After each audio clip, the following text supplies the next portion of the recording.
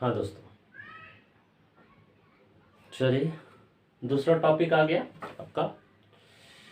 Trigonometry हम लोग पढ़ रहे थे। क्या पढ़ रहे थे जी? ट्रिगोनोमेट्री। ट्रिगोनोमेट्री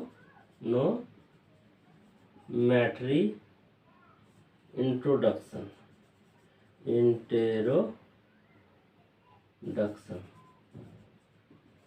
ठीक है, ये टॉपिक हम लोग पढ़ रहे थे। ठीक है ना जी? हाँ,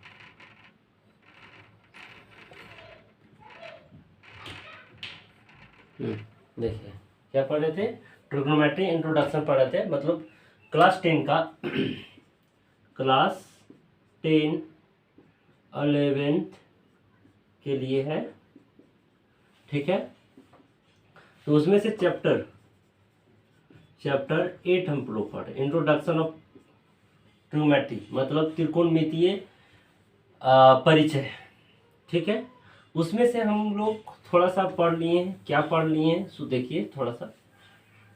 पहला पढ़ लिए थे trigonometric ratio of the some specific angles, मतलब विशिष्ट कोणों के त्रिकोणमितीय अनुपात। पहला चैप्टर का पहला टॉपिक पढ़े थे, जिसमें से हमारा ट्रिगोनोमेट्रिक रेशियो का पहला टॉपिक है। उसमें से हम लोग पढ़े क्या थे कि भाई एक राइट एंगल ट्रायंगल है, एक राइट एंगल ये ट्रायंगल है, उसमें से ये 90 डिग्री है। इसके सामने वाला कर्ण होता है, कर्ण यानी हाइपोटेनस होता है, हाइपोटेनस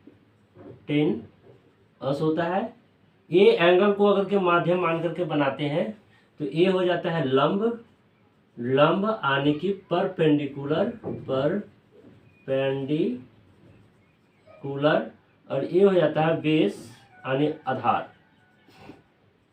ठीक है, इसको एच से डिनोट किए थे, इसको एच से, इसको पी से, इसको बी से।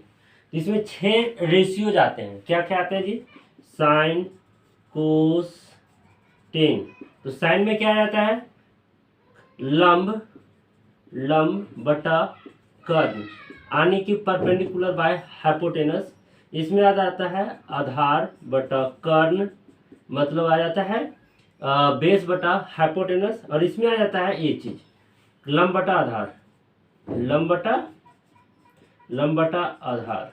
ठीक है, उसी तरह उल्टा इसका अगर कहीं देखेंगे साइन थीटा, इसको थीटा अगर मान लेते हैं, यहाँ साइन थीटा रहेगा। इस एंगल के बेसिस पर चल रहे हैं, क्योंकि हम बताए थे कि एंगल को मानेंगे तो उसी से एक एंगल को दोनों यानी 90 डिग्री एंगल छोड़ करके 2 एंगल और बचते हैं, तो दोनों को माध्यम मानते हैं। तो एक आ जाता है बेस और एक आ जाता है परपेंडिकुलर। अगर इसको मानते हैं एंगल तो ई 90 डिग्री जुड़ा हुआ और ये वाला जुड़ा हुआ, तो ये दोनों एंगल के लिए कॉमन साइड हो गया, जिसके कारण इसको बेस बोल देंगे और ये परपेंडिकुलर हो जाएगा। जस्ट देखिए इसी का उल्टा क्या होता है? कोसेक थीटा हो जाएगा। कोसेक थीटा को इसी का उल्टा कर्ण बटा लंब। कर्ण बटा लंब मतलब हाइपोटेनस बाय परपेंडिकुलर। हाइपोटेनस मतलब एच बाय पी। इसको क्या बोलेंगे जी? P bye H. इसको क्या बोलेंगे? B by H. इसको क्या बोलेंगे? P by P. ठीक है, उसी तरह क्या जगह यहाँ सेक थीटा बराबर हो जाएगा तुम्हारा कर्ण बटा आधार। मतलब हाइपोटेनस बाय बेस। यहाँ कोट थीटा बराबर हो जाएगा, आपका आधार बटा लंब, मतलब बेस बटा परपेंडिकुलर हो जाएगा। ये चीज बताए थे। और हम बताए थे कि sine theta into cos theta equal to 1 होता है, यानी कि sine theta into cosec theta equal to 1 होता है। क्योंकि इसको मल्टीप्लाई करेंगे ना तो ये कर्ण से कर्ण कटेगा, लंब से लंब कट जाएगा, तो क्या आ जाएगा? इतना इंटू इतना इक्वल टू 1 बचेगा। अब देखिए इसको उस साइड ले जाएंगे, बराबर को उस साइड ले जाएंगे, तो साइन थीटा इक्वल टू 1 बटा कोसेक थीटा। ये सब चीज से बताए थे। उसी तरह cos theta into sec theta equal to 1 हो जाएगा, यानी कि cos theta equal to 1 by sec theta हो जाएगा, 1 बाय सेक थीटा हो जाएगा, बराबर को उस साइड ले जाएंगे तो। और एक और बताए थे tan theta into cot theta, बराबर 1 होता है, यानी कि टेन थीटा बराबर 1 बाय कोट थीटा हो रहा है। ठीक है, ये सब सारे दिख रहे हैं। चलिए ये सब चीज बता चुके थे। एक और बताए थे, यहाँ दिख रहा है ना, यहाँ एक चीज और बताए थे। क्या बताए थे? कि इन दोनों को डिवाइड करेंगे तो 10 आता है, यानी कि साइन थीटा बटा cos theta is equal to tan theta आता है। और इसी का जस्ट उल्टा करेंगे तो क्या आ जाएगा, कोस थीटा बटा sine theta is equal to cot theta आता है। इतना हम बताए थे पहला टॉपिक में। इस टॉपिक में फर्स्ट टॉपिक में इतना पढ़ना था। अब सेकेंड टॉपिक में क्या है उसको जानेंगे, उसको देखेंगे। चलिए समझते हैं दूसरा टॉपिक। इसमें हमको जानना है कि भाई एंगल के हिसाब से स्पेसिफिक, वही लिखे यहाँ क्या लिखे, हेडिंग क्या है, trigonometric ratio of some specific angle. Trigonometric ratio of some specific angle मतलब कुछ स्पेशल एंगल बन, जैसे मान ली 45 डिग्री का कोण बन गया, यहाँ 45 डिग्री का, तो ए साइड कितना होगा, ए साइड कितना होगा, ए साइड कितना होगा, उसके बारे में हमको जानना पड़ेगा। फिर यहाँ मान लीजिए कि 30 डिग्री का बन गया, यहाँ 60 डिग्री बन गया, तो ये वाला साइड कितना होगा, ये साइड कितना होगा, ये साइड कितना होगा, इसके बारे में हम लोग को जानना पड़ेगा। ठीक है, तो ये सब के बारे में हम लोग जानेंगे समझेंगे अच्छे से। ठीक है, चलिए देखते हैं, कोशिश करते हैं समझने का, है ना।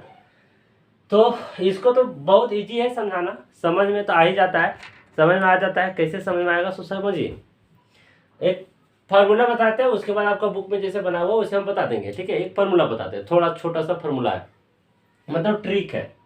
ठीक है, ट्रिक क्या है, 0/4, 1/4, 2/4, 3/4 और 4/4 यानी 4/4। इस चीज को समझना है और सबके ऊपर रूट लगा दीजिए, सबके ऊपर रूट लगा दीजिए, ये सबके ऊपर रूट लगा दीजिए, लगा दिए, सबके ऊपर रूट लगा दिए। यहाँ तो समझ आ गया आपको। चलिए बहुत बढ़िया, जब इसको कर दिए तो ये तो खत्म कर दीजिए, तो 0 हो जाएगा, इसमें कोई दिक्कत नहीं। ठीक है, अब इसको देखिए, 1/4 को क्या लिखेंगे, 1/2, 1/2 हो जाएगा। इसको देखिए, देखिए इसको, ये कितना हो जाएगा, तो कट करके 2 आ जाएगा ना, रूट के अंदर है तो क्या आ जाएगा, 1/√2। और ये कितना आ जाएगा, √3/2, और ये कितना आ जाएगा, 1। समझ में आया, एक तरीका है समझने का। तो इस तरह निकाल लेते हैं इसको।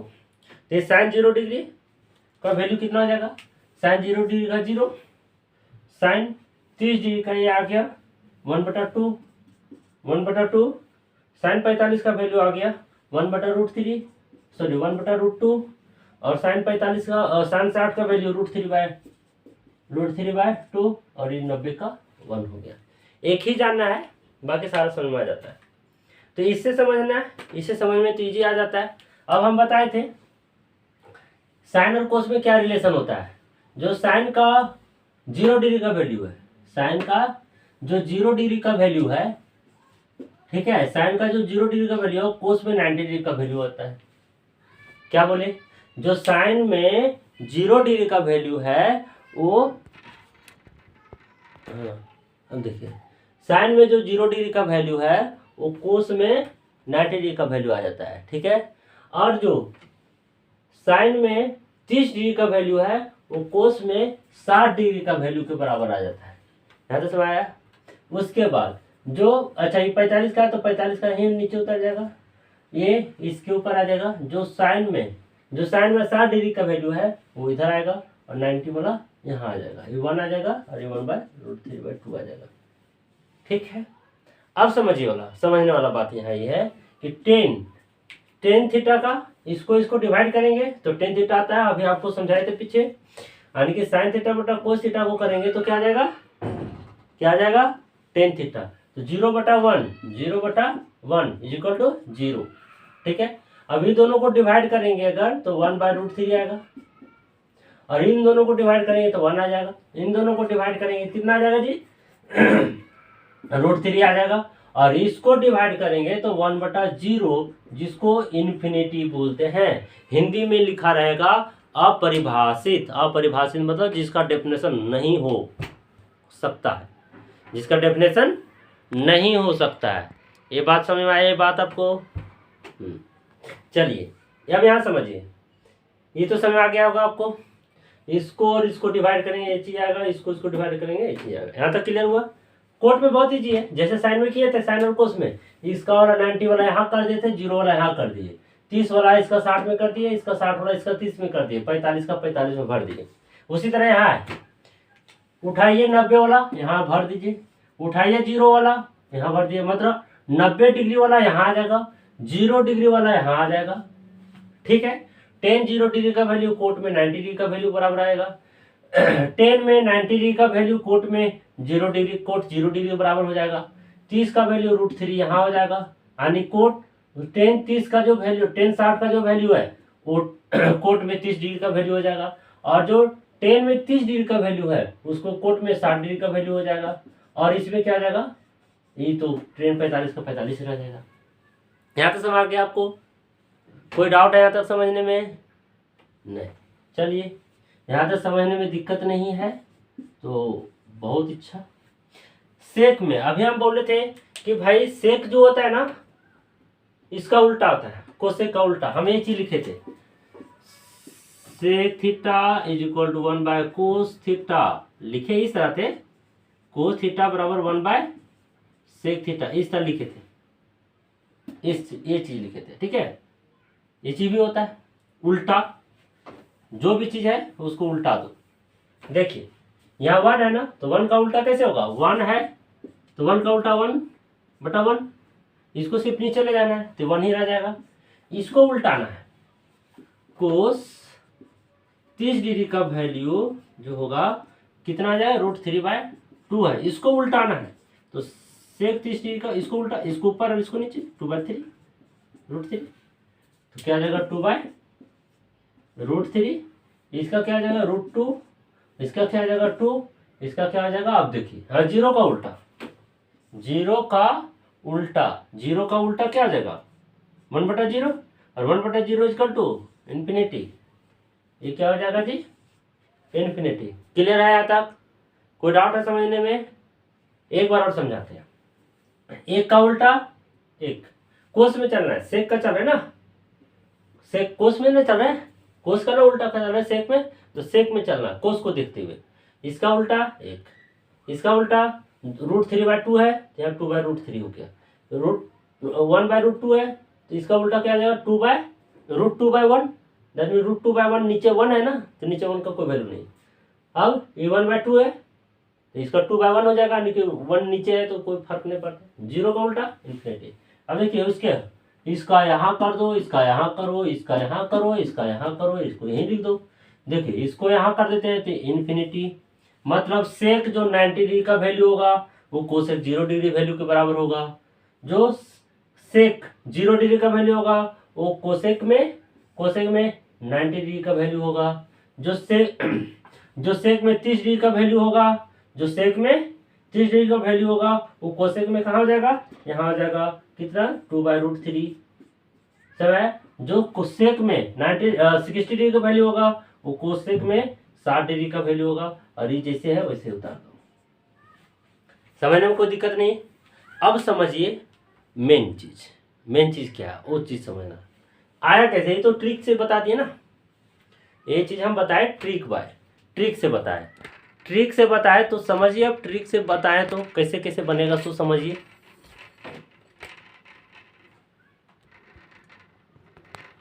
कैसे आया सो समझते,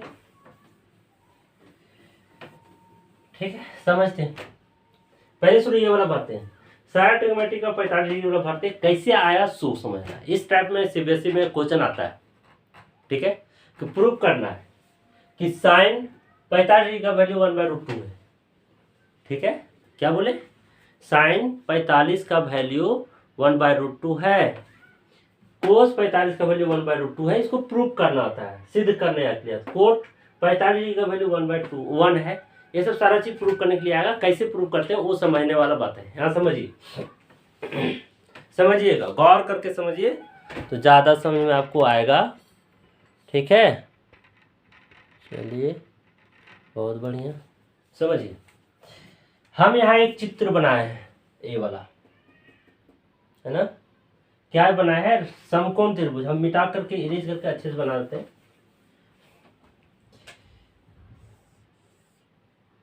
ये बना है, ये 90 डिग्री का कोण है। ठीक है, क्या चीज है, 90 डिग्री का कोण है। समकोण त्रिभुज है तो 90 डिग्री का एक कोण रहेगा।